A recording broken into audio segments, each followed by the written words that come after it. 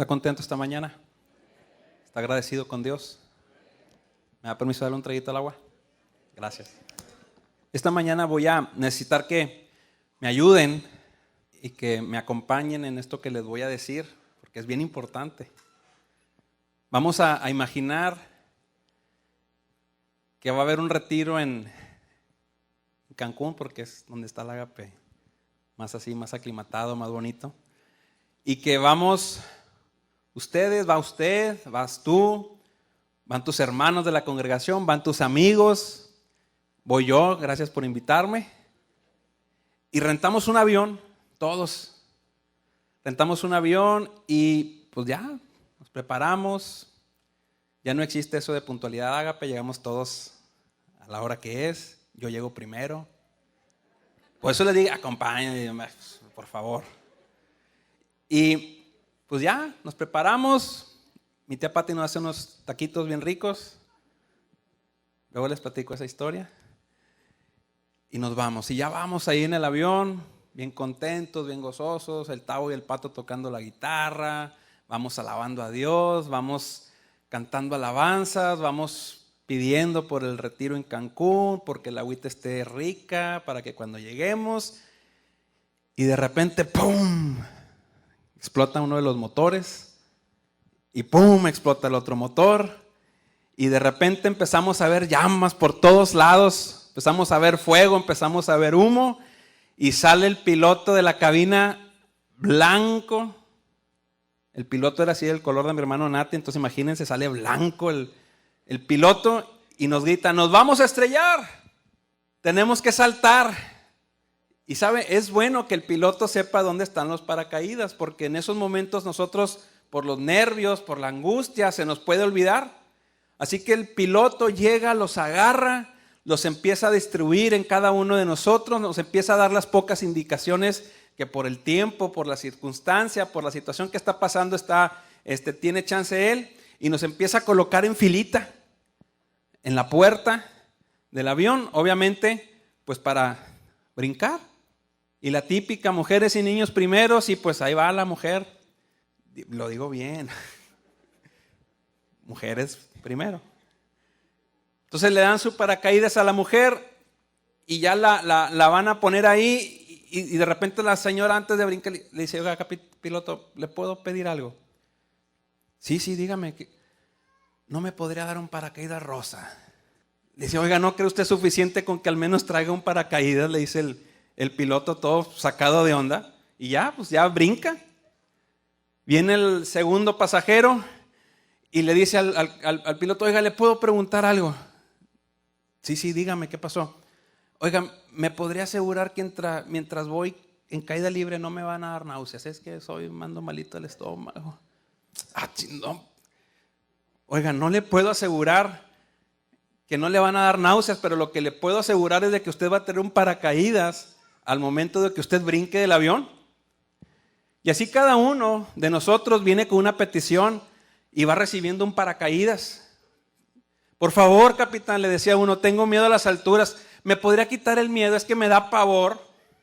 Dice: no te lo puedo quitar, pero mira, ten un paracaídas. Sale otro, ya sabe, no falta el inteligente, el que pues es más vivo que todos. Y le dice: oiga, capitán, ¿no podríamos cambiar la estrategia? ¿No nos podríamos esperar a que el avión pues estrelle y a lo mejor salimos vivos? No, nunca falta. El capitán dice: no sabes lo que estás pidiendo, hombre. Y se sonríe y lo empuja para que salga el pasajero. Y así cada uno de los pasajeros, como les decía, van llegando a la puerta y pedían cosas. Unos pedían de esos lentes contra el viento para que sus ojitos no se les fueran a resecar. Otros pedían unas botas. Otros queriendo esperar hasta que el avión estuviera más cerquita de la tierra. Y el piloto, ya en un plan ya medio angustiado, nos grita: pues ¿qué no entienden? ¿Qué no entienden mientras nos está ayudando? Les he dado un paracaídas. Dice: eso es más que suficiente. Y sabes, solo se requiere o se necesita un artículo para poder saltar de un avión a miles de pies de altura. Y eso es lo que el piloto lo estaba ofreciendo en esa mañana. Coloca en nuestras manos la herramienta, coloca en nuestras manos lo que necesitamos, el regalo adecuado para esa ocasión tan difícil, pero ¿quedamos contentos? No. Estamos inquietos, estamos llenos de ansiedad, incluso hasta exigentes nos ponemos. ¿Usted cree que sea demasiado loco lo que le estoy platicando? A lo mejor usted puede decir, dice, pues sí, dice, pero pues imagínate, estás hablando de un avión, estás hablando pues una altura muy alta, estás hablando de paracaídas, de pilotos, de fuego. Pero yo les quiero preguntar algo esta mañana. ¿Y qué pasa aquí en la tierra con gente, otra vez, como tú, como yo, y con la gracia de Dios? ¿Sabes? Dios escucha miles y miles de peticiones por segundo y algunas son bien válidas. Nosotros también le pedimos a Dios que nos quite el temor. Nosotros también le pedimos a Dios de repente que cambie su plan, que cambie la estrategia, que cambie los planes. Y por lo general, así como el piloto, Dios nos responde con un suavecito empujón. Y nos deja flotando en el aire y sostenidos únicamente, no por un paracaídas, sino sostenidos únicamente por su gracia. Y sabes, cierto, algunos de nosotros descubrimos al momento de que está sucediendo algo inesperado, algo que no teníamos contemplado. De repente descubrimos cuando estamos en medio de la situación temores que pensábamos no tener, miedos que pensábamos no tener. Le tenemos pavor cuando estamos colgando o pendiendo de situaciones difíciles, de situaciones inesperadas. Y lo peor de todo es que sabemos que estamos flotando y estamos suspendidos únicamente por su gracia.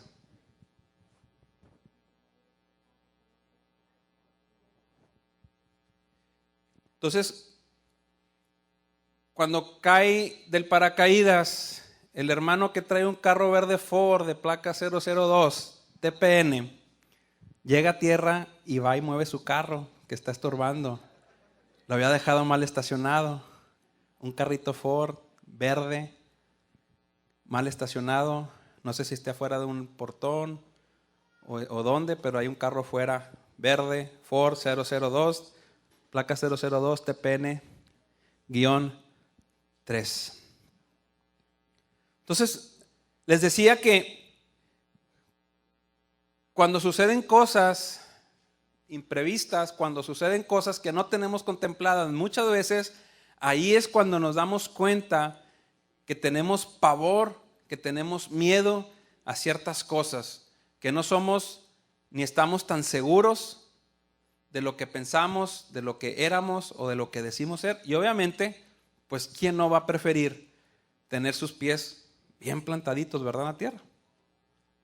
¿Y sabe por qué? Porque humanamente queremos certeza. Humanamente queremos hechos. Vamos a Juan 20:19. Cuando ya estén ahí me dicen amén para saber que estamos todos juntos. Y dice, cuando llegó la noche de aquel mismo día, el primero de la semana, estando las puertas cerradas en el lugar donde los discípulos estaban reunidos, ¿por qué dice? Por miedo.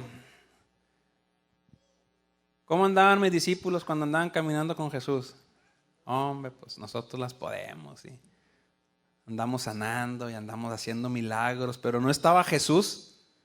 ¿Qué dice la palabra? Que estaban a puertas cerradas, reunidos. ¿Por qué? Por miedo.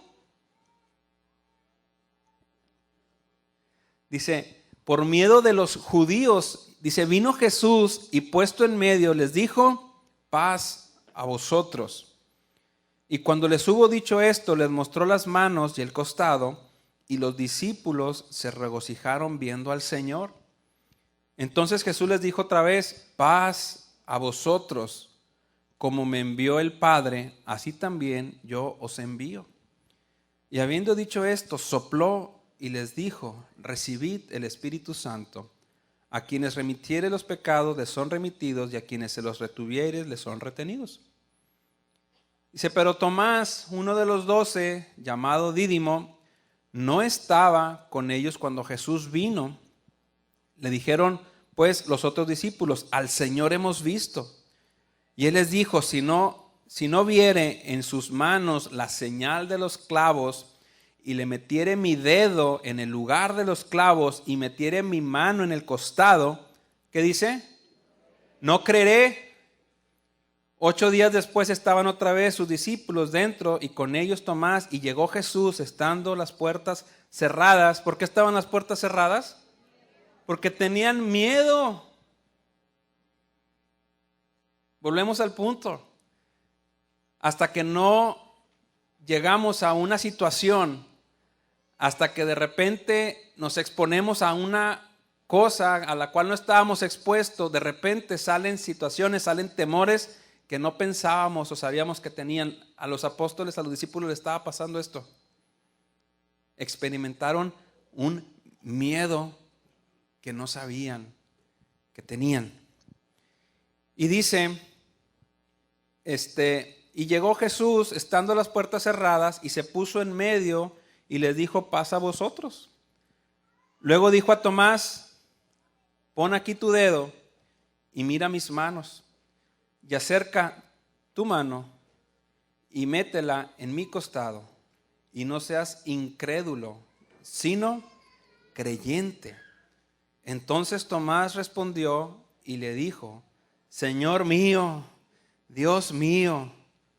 Pues ahora sí era verdad, ¿verdad? Porque les decía que humanamente queremos certeza, humanamente queremos hechos, como cuando Tomás le tuvo que meter su mano al costado para darse cuenta que era el Señor. Y fíjense, Jesús le tuvo que decir, porque me has visto, Tomás, creíste. Y luego dice que bienaventurados los que ¿qué? Los que no vieron y creyeron. ¿Cuántas veces no hemos hecho lo mismo nosotros con el Señor? ¿Cuántas veces nosotros no hemos hecho lo mismo con Dios? Es más, hasta lo condicionamos. Lo hemos llegado a condicionar. Dios, si tú haces esto, entonces sí, yo ya voy a hacer esto. Señor, si pasa esto, entonces yo voy a saber que tú me estás diciendo que sí quieres para yo entonces ir. Por favor. Dice, y es cierto, conozco a algunos que le han dicho a Dios que le piden señales para saber o para poder reconocer quién va a ser su pareja, su novio, su novia. Y mira, Señor, yo te pido que para yo estar seguro me la encuentre en un parque y que traiga un vestido de este color y una florecita acá. Aunque se ría, le voy a decir algo, es cierto. Condicionamos a Dios. ¿Y sabe por qué? Porque tenemos una necesidad de saber que todo va a salir como queremos. Necesitamos tener una seguridad de saber que todo va a salir como lo planeamos. Y si no estamos seguros del resultado, si no estamos seguros de que nuestro problema se va a resolver, ¿sabe? Preferimos no tenerlo en absoluto. Estamos como Pablo, que le pedimos a Dios que nos lo haga desaparecer. Vamos a 2 de Corintios 12. Amén. Vamos a leer 12:7. Dice, y para la grandeza de las revelaciones no me exaltase desmedidamente, me fue dado un aguijón en mi carne, un mensajero de Satanás que me abofeté, para que no me enaltezca sobremanera. Respecto a lo cual 3 veces he rogado al Señor que lo quite de mí, y me ha dicho, bástate mi gracia. ¿Bástate qué? Mi gracia, porque mi poder se perfecciona en la debilidad. Por tanto, de buena gana me gloriaré más bien en mis debilidades, para que repose sobre mí el poder de Cristo. Por lo cual, por amor a Cristo, me gozo en las debilidades, me gozo en afrentas, me gozo en necesidades, me gozo en persecuciones, me gozo en angustia, porque cuando soy débil, entonces fuerte soy. Y les decía que todos estamos como Pablo, porque le pedimos a Dios que nos quiten las cosas que nos son molestas. ¿O no? ¿No le pedimos a Dios que nos quite las cosas que nos son molestas? ¿No le pedimos a Dios que nos quite eso que nos está ahí como aguijón? ¿Quién lo ha hecho? ¿Quién le ha pedido a Dios que le quite algo molesto? Pero estamos todos igual que Pablo en poder saber y descansar en la gracia de Dios. Estamos todos igual que Pablo en que nos podemos gozar en la debilidad, en que nos podemos gozar en la afrenta, en que nos podemos gozar en la necesidad, que nos gozamos en persecución o en angustia. Compartíamos hace unas semanas en el discipulado y con los muchachos que al principio de nuestro caminar en Cristo, cuando llegaba la prueba, cuando llegaba la tribulación, cuando nos metía Dios en un desierto, antes, cuando iniciábamos, nuestra primera reacción, ¿qué era? Era decir, ay, ¿por qué yo? Pobrecito de mí. Yo ya que estoy empezando a venir aquí a la iglesia. Y nos empezamos a victimizar. Y empezamos a justificarnos. Y sabes, en esa condición no somos capaces de ver o entender el plan que Dios tiene para cada uno de nosotros. Si cuando llega el problema, si cuando llega la tribulación, si cuando llega la angustia, lo único o lo primero que haces es empezarte a victimizar. De que por qué tú, no estoy diciendo que tengas o no tengas la razón, sino que empieces a decir, pero ¿por qué yo? Si yo esto, o es que la otra, o el otro, y empezamos. ¿Sabes? En esa condición no puedes ser capaz de ver o entender el plan de Dios para tu vida. ¿Por qué? Porque andamos tristes, andamos cabizbajos, los hombres se dejan de rasurar, las mujeres no se depilan, y ahí andan tristes, agüitadas, sin ganas. ¿Por qué? Porque su ánimo está bajo, su confianza está derrotada, no hay fuerzas nada más que para estar llorando y comiendo. ¿La verdad o no? ¿Por qué se rió, señora? Pero sabes, empieza a pasar el tiempo y la obra de Dios se empieza a hacer manifiesta en nuestras vidas. Entonces Dios empieza a trabajar contigo, empiezas a exponerte a la palabra de Dios, y cuando llega la tribulación, cuando llega el problema, cuando llega el desierto, ya no sacamos el violín para llorar, porque Dios ha estado trabajando en nosotros, y llega un punto donde nosotros le podemos preguntar a Dios, Señor, ¿qué es lo que me quieres mostrar en medio de esta situación? Y saben, no está mal. Es bueno que le preguntemos a Dios, es bueno el que le pidamos a Dios que nos muestre el propósito de las cosas.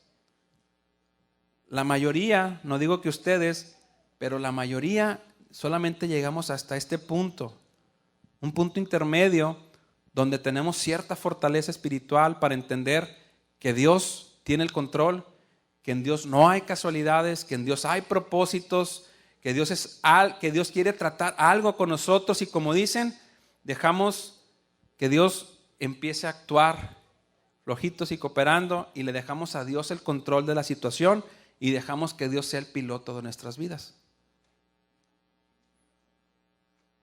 Porque sabe que solo hay de dos sopas. O estás entregándole el control de tu vida al capitán que es Dios, o le entregas el control de tu vida a otro capitán que es Satanás? Y sabes, lo triste es que muchos dicen o muchos piensan que aunque no andan con Dios, ellos no le permiten el control de su vida a Satanás. Que aunque no estén cerca de las cosas de Dios, aunque no se estén congregando, aunque no estén orando y leyendo su palabra, ellos son buenos y no le permiten a Satanás que tome el control de sus vidas. Pero les voy a poner un ejemplo bien fácil. Les voy a dar una lección de vida que yo aprendí, que Dios me mostró. Ya no se le va a olvidar y se va a acordar de mí cada vez que suceda. Usted va al súper, va en el carrito del súper y va bien agarrado con sus dos manos. Así como que la Cheyenne, el carrito es suyo. Y va bien amacizado así del volante del carrito, va sintiendo el poder, que usted lleva el control, que usted es el dueño de toda la tienda, que usted lleva ese rumbo del carrito, que usted lo dirige, que el súper es suyo. Pero si se fija bien, caminando adelante del carrito, con este dedito, va la mujer caminando. Y se mueve para acá. Y por más que usted tenga los dos, ¿para dónde se va? A donde va marcándola con un dedito. Va así caminando y para allá. Y según tú vas acá y no, pues para donde te lleve. ¿No es cierto?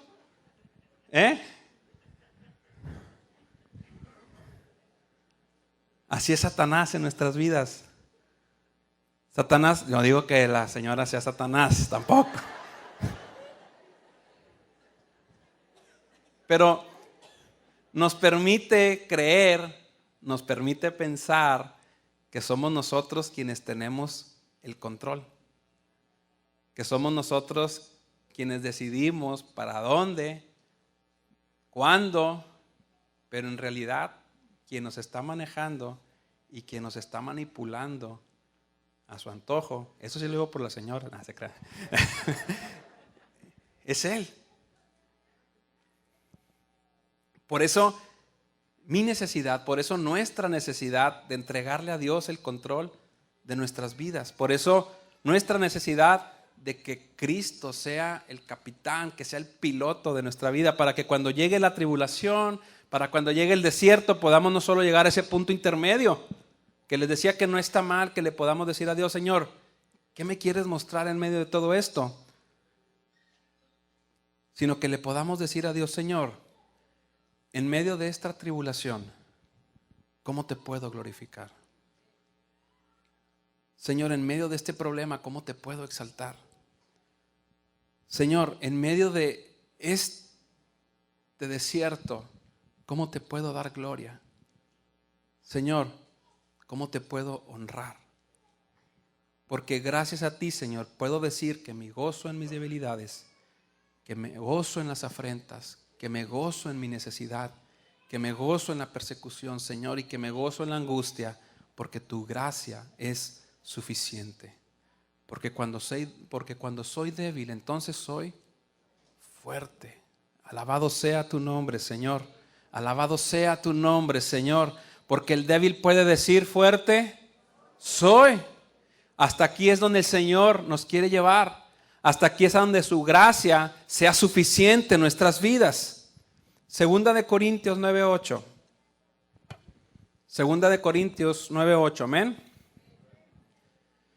Dice, y poderoso es Dios para hacer que abunde en vosotros, ¿qué? Toda gracia, a fin de que, teniendo siempre en todas las cosas todo lo suficiente, abundéis para toda buena obra. Poderoso es ¿quién? Dios. Suficiente es ¿quién? ¿Por qué no le dices al que está a tu lado, ¿sabes qué? Dios es suficiente para cualquier situación. Dígale al que está a su lado, Dios es poderoso para hacer que abunde y sobreabunde en nosotros toda gracia. Dígale al que está a su lado, Dios quiere ver milagros en tu vida, Dios quiere restaurar. Y le voy a decir algo. Si voltea a su lado, ahí hay un milagro de Dios. Si voltea a su lado, ahí hay un milagro de Dios. ¿Le puede dar gracias a Dios esta mañana? Gracias, Señor. Gracias, Señor, por tu milagro. Te alabamos, Señor. Te bendecimos.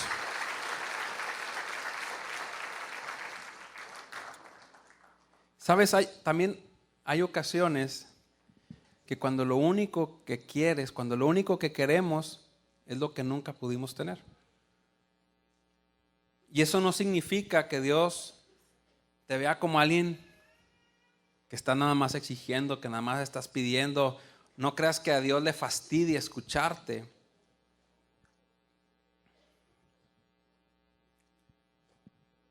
Lo que hacemos es de que nos apegamos a lo que su palabra dice, ¿verdad?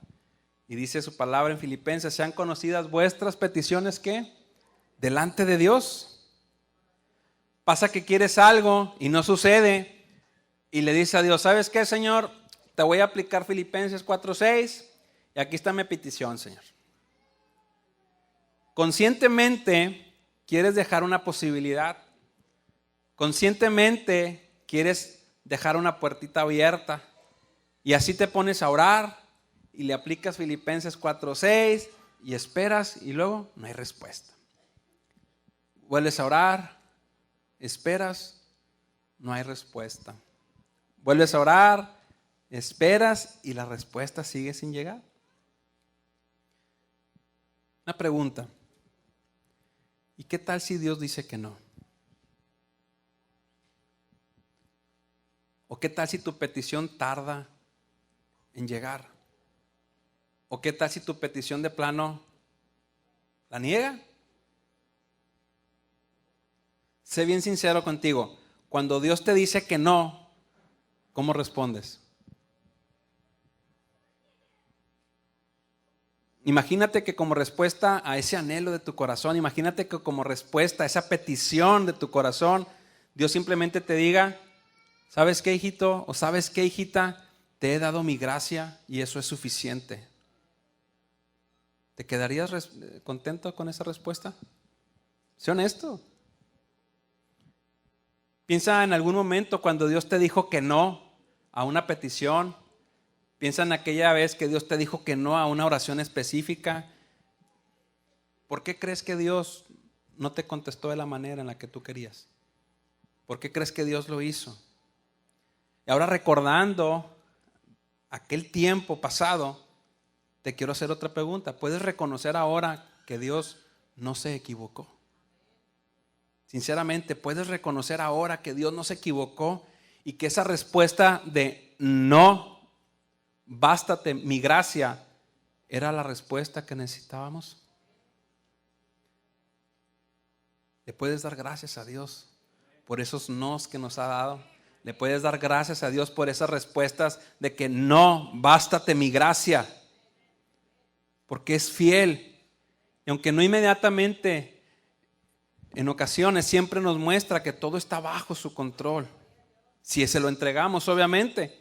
Y de esa manera, aún en cualquier situación, podemos sentir gozo, porque podemos estar contentos.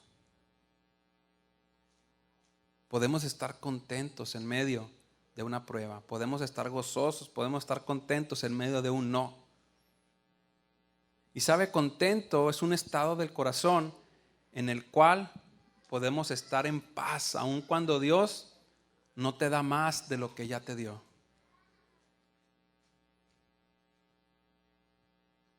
Contento es un estado del corazón en el cual estarás en paz, aun cuando Dios no te ha dado o no te va a dar más de lo que ya te ha dado. Pregunta personal: ¿qué tal si el único regalo que Dios te diera fuera su gracia para salvarte? ¿Estarías contento solamente con eso? ¿No le suplicarías que sacara a flote tu negocio? ¿No le pedirías que eliminara alguna enfermedad de tu cuerpo? ¿Qué tal si cuando tú le pides eso te respondiera: ¿sabes qué, hijo? Bástate mi gracia. ¿Qué tan inconforme te sentirías? Si nos damos cuenta, la visión, la perspectiva del cielo, la gracia es suficiente. Si Dios no hiciera nada más que salvarnos del infierno, ¿alguien se va a quejar? Si Dios te dijera, hijito, pues te voy a salvar del infierno, ¿te quejarías?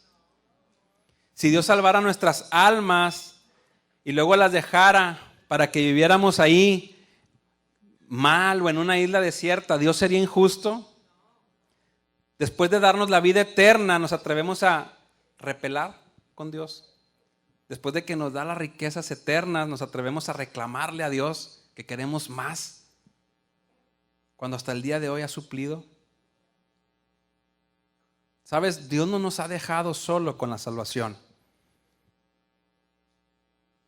Dios no te ha dejado solo con la salvación.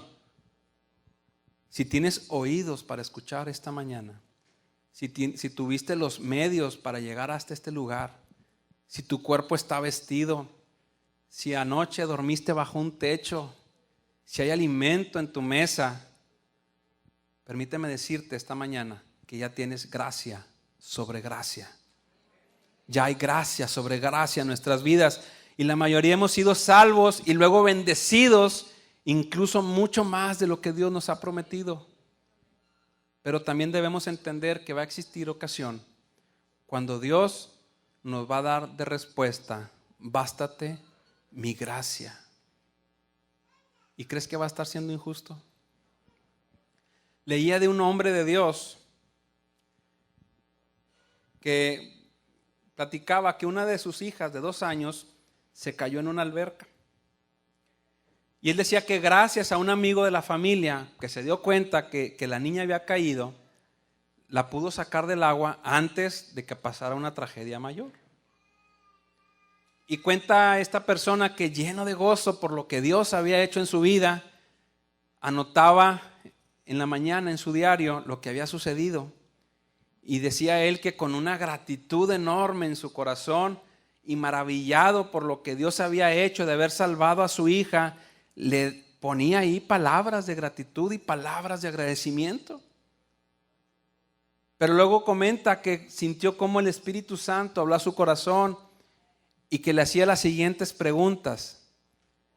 Y le decía, ¿sería menos maravilloso si lo hubiera dejado ahogar? ¿Sería un Dios menos bondadoso por llevarla a un hogar celestial? ¿Estarías dándome alabanza esta mañana si no le hubiera salvado la vida? Y la pregunta es, ¿sigue Dios siendo un buen Dios cuando nos dice que no? ¿Sigue Dios siendo un buen Dios cuando nos dice que no? Y sabes, como te decía, Pablo luchaba contra esto. Pablo conocía la angustia de la oración sin contestar. Dentro del top 3 de Pablo tenía una petición. Esa petición incluso le asignó un nombre específico y le dijo, Señor, un aguijón en mi carne. Y yo estoy seguro, porque decía ahí la palabra, que ya era la 3ª ocasión que Pablo constantemente oraba por esto. Así seguidito. Todos los días, hasta que le puso ese nombre.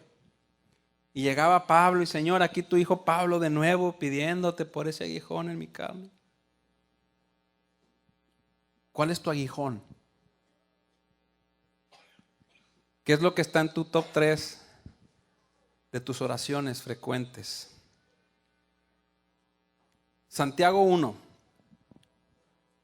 Santiago 1, 2. Cuando estemos ahí me dicen amén. Dice, hermanos míos, tened por sumo gozo cuando os halléis en diversas pruebas, sabiendo que la prueba de vuestra fe produce paciencia. Mas tenga la paciencia su obra completa para que seáis perfectos y cabales sin que os falte cosa alguna. Y si alguno de vosotros tiene falta de sabiduría, pídala a Dios, el cual da a todos abundantemente y sin reproche, y le será dada. Pero pida con fe, no dudando nada, porque el que duda es semejante a la onda del mar, que es arrastrada por el viento y echada de una parte a otra. No piense, pues, quien tal haga que recibirá cosa alguna del Señor. El hombre de doble ánimo es inconstante en todos sus caminos. El hermano que es de humilde condición, gloríese en su exaltación. Y sabes, las pruebas que enfrentamos nos hacen bien cuando estamos bajo y dentro de un propósito de Dios. Cuando estamos bajo la cobertura y bajo la autoridad de Dios, las pruebas nos hacen mejores hijos de Dios. Si Dios nos quitara siempre lo que le pedimos, si Dios le hubiera quitado la tentación a Pablo, Pablo a lo mejor jamás habría abrazado la gracia de Dios. Pablo jamás hubiera abrazado esa misma gracia que Dios anhela que nosotros abracemos también. Dicen por ahí que solo el hambriento valora el festín. Y Pablo se estaba muriendo de hambre. Él mismo le puso un título, decía Pablo el principal de los pecadores, el más grande de los pecadores. ¿Y sabes por qué? Porque él reconocía su condición, pero al mismo tiempo conocía de la gracia de Dios y abrazó esa gracia de tal manera que ninguna pluma redactó la gracia como lo hizo Pablo. A lo mejor porque ninguna otra persona apreció y vivió agradecido por la gracia inmerecida recibida. Y la pregunta es para nosotros ¿cómo estamos viviendo? La pregunta es para mí, ¿cómo estoy viviendo? La pregunta es para ti, ¿cómo estás viviendo? A lo mejor te preguntas por qué Dios no elimina la tentación de tu vida. ¿Y sabes qué? Su gracia es suficiente. ¿Por qué Dios no elimina a tus enemigos? Tal vez porque Dios quiere que los ames como Él te ama a ti. Su gracia es suficiente. ¿Por qué Dios no cambia mi personalidad? ¿Cuántas veces no le decimos a Dios, Señor, ¿por qué no cambias? ¿Por qué no me cambias? ¿Por qué no tratas con mi vida? ¿Por qué no me cambias mi personalidad? Y te digo algo, Dios ya lo está haciendo. Desde que le entregaste tu vida, comenzó la buena obra. Y ha prometido perfeccionarla hasta el fin del tiempo. Su gracia es suficiente. A lo mejor te puedes preguntar, ¿por qué Dios no me sana? Y te voy a decir algo, Él ya te ha sanado. Dicen que si estamos en Cristo tenemos un alma perfeccionada y un cuerpo perfeccionado. Y su plan es darte el alma ahora y su cuerpo cuando llegues a hogar. A lo mejor Él decide sanar partes de tu cuerpo antes de que llegues al cielo, pero si no lo hiciera, no ha hecho suficiente para que tengas gratitud hacia Él. ¿Podrías pedir algo más grande que la vida eterna? Su gracia es suficiente. Por todo aquello que no sabemos de los aguijones, podemos estar seguros de algo. Dios prefiere que tengamos una cojera ocasional antes que un caminar pavoneado. Dios prefiere 1000 veces que tengamos una cojera ocasional antes de que andemos por ahí pavoneándonos en nuestras fuerzas, pavoneándonos en nuestro conocimiento. Los que tienen dinero pues se pavonean con su dinero. Pero te voy a decir algo, si Él necesita de una espina para que nosotros podamos entender su propósito santo, para que nosotros podamos entender su propósito perfecto en nuestra vida, ¿sabes qué? Él te ama tanto como para no sacarla. Y ahí la va a dejar. Y Dios tiene todo el derecho a decirnos que no. Dios tiene todo el derecho a decirte que no. Dios tiene todo el derecho a decirte, bástate mi gracia. Y nosotros tenemos toda la razón para darle gracias a Dios. Nosotros tenemos toda la razón para estar agradecidos con Él. El paracaídas del que te hablaba es fuerte. El aterrizaje es seguro. Pero ¿sabes por qué? Porque su gracia ha sido suficiente. Cuando estamos sufriendo No importa cuánto sabemos de doctrina, cuando estamos en medio de la tribulación, no importa cuánto sabemos de teología, porque en realidad con lo único que tenemos y lo único que importa es conocer a Jesús y saber caminar con Él, poder hablar con Él, podernos subir a su regazo, dejarnos abrazar y que Él nos esté sosteniendo. ¿Sabes? Cuando llegara el día, es una pregunta. ¿Cuándo llegará el día en que podamos decir, Jesús es todo lo que necesito? ¿Cuándo va a llegar el día en el que podamos decir, en el que yo pueda decir, Jesús es todo lo que necesito? Va a ser en el momento en el que Él sea todo lo que tienes. Cuando Él sea todo lo que tienes, va a ser cuando tú puedas decir, es lo único que necesito. Dios no siempre te va a quitar el problema,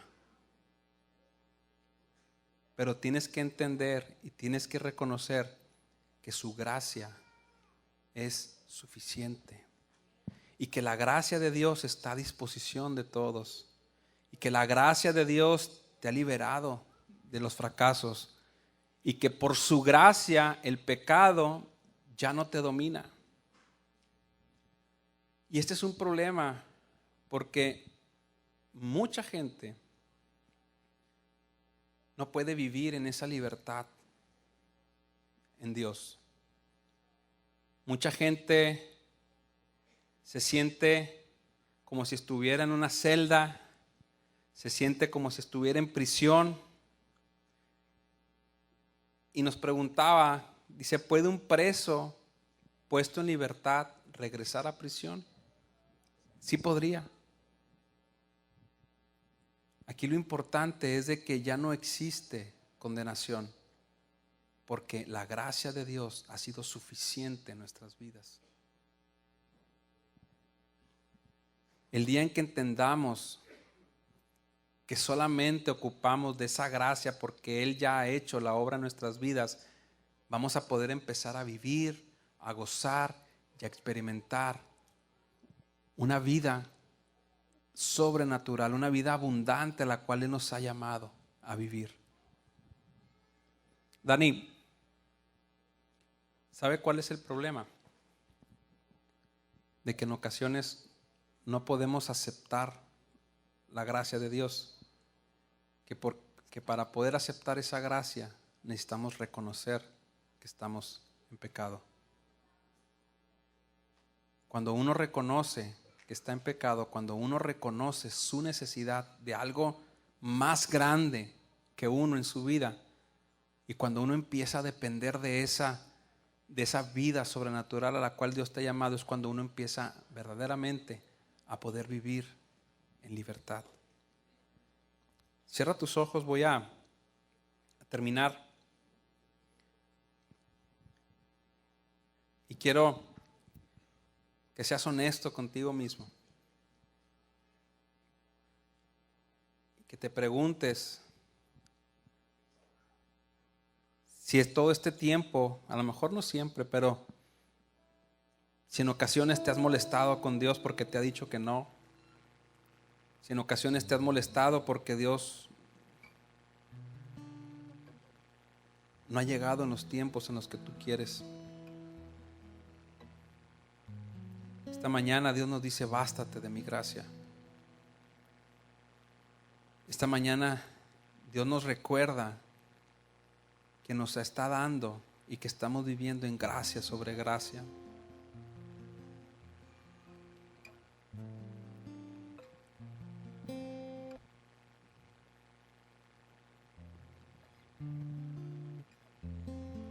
La gracia de Dios está a disposición de todos.